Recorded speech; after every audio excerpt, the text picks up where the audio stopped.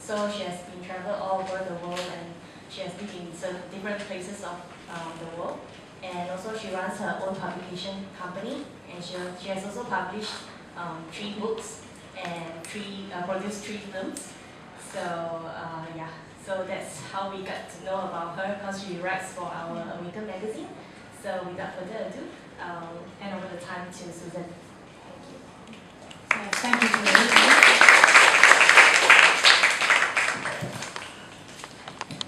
So good evening and welcome here this evening. I'm very, very happy to be here.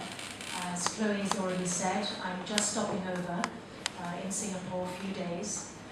This is my 3rd trip to Singapore.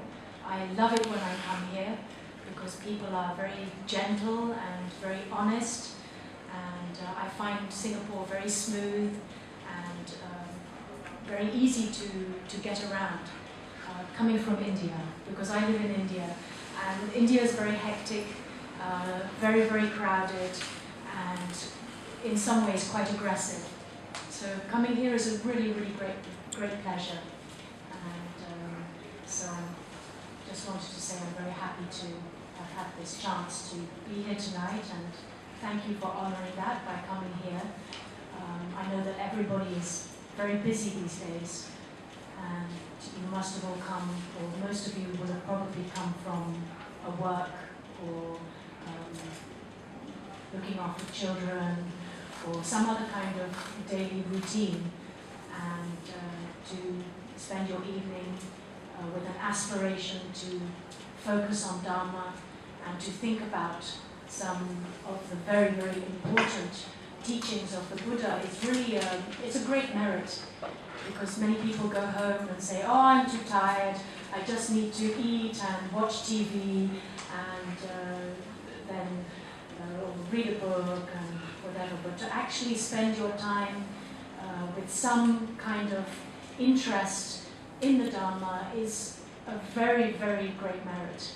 So we are rejoicing all together in this merit tonight.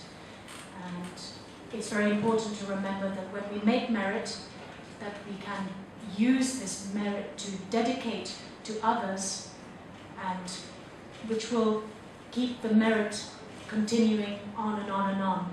If we ourselves just absorb the merit into our own little self, then it stops there.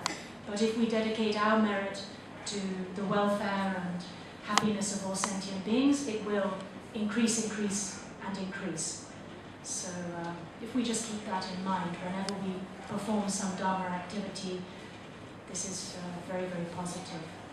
So I just want to take a moment that we can let us take refuge in the Buddha, the Dharma, and the Sangha, and may all sentient beings be released from this wheel of samsara. May we stay within this samsaric wheel until all beings are enlightened.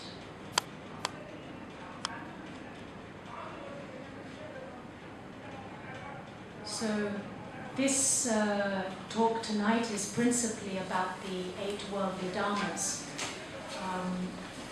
We cannot start to even talk about what the 8 worldly dharmas are until we find out what fuels these 8 worldly dharmas.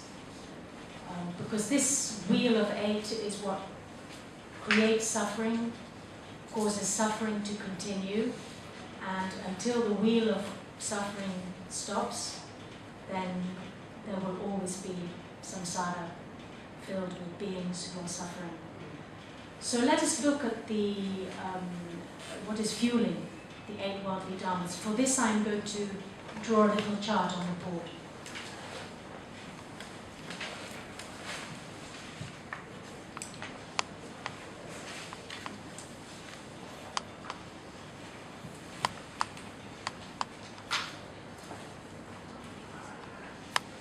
Actually, it is what we call the 5 negative emotions that will keep the 8 worldly dharmas continuing on the wheel of suffering. So let's look at each of these 5 negative emotions. We start with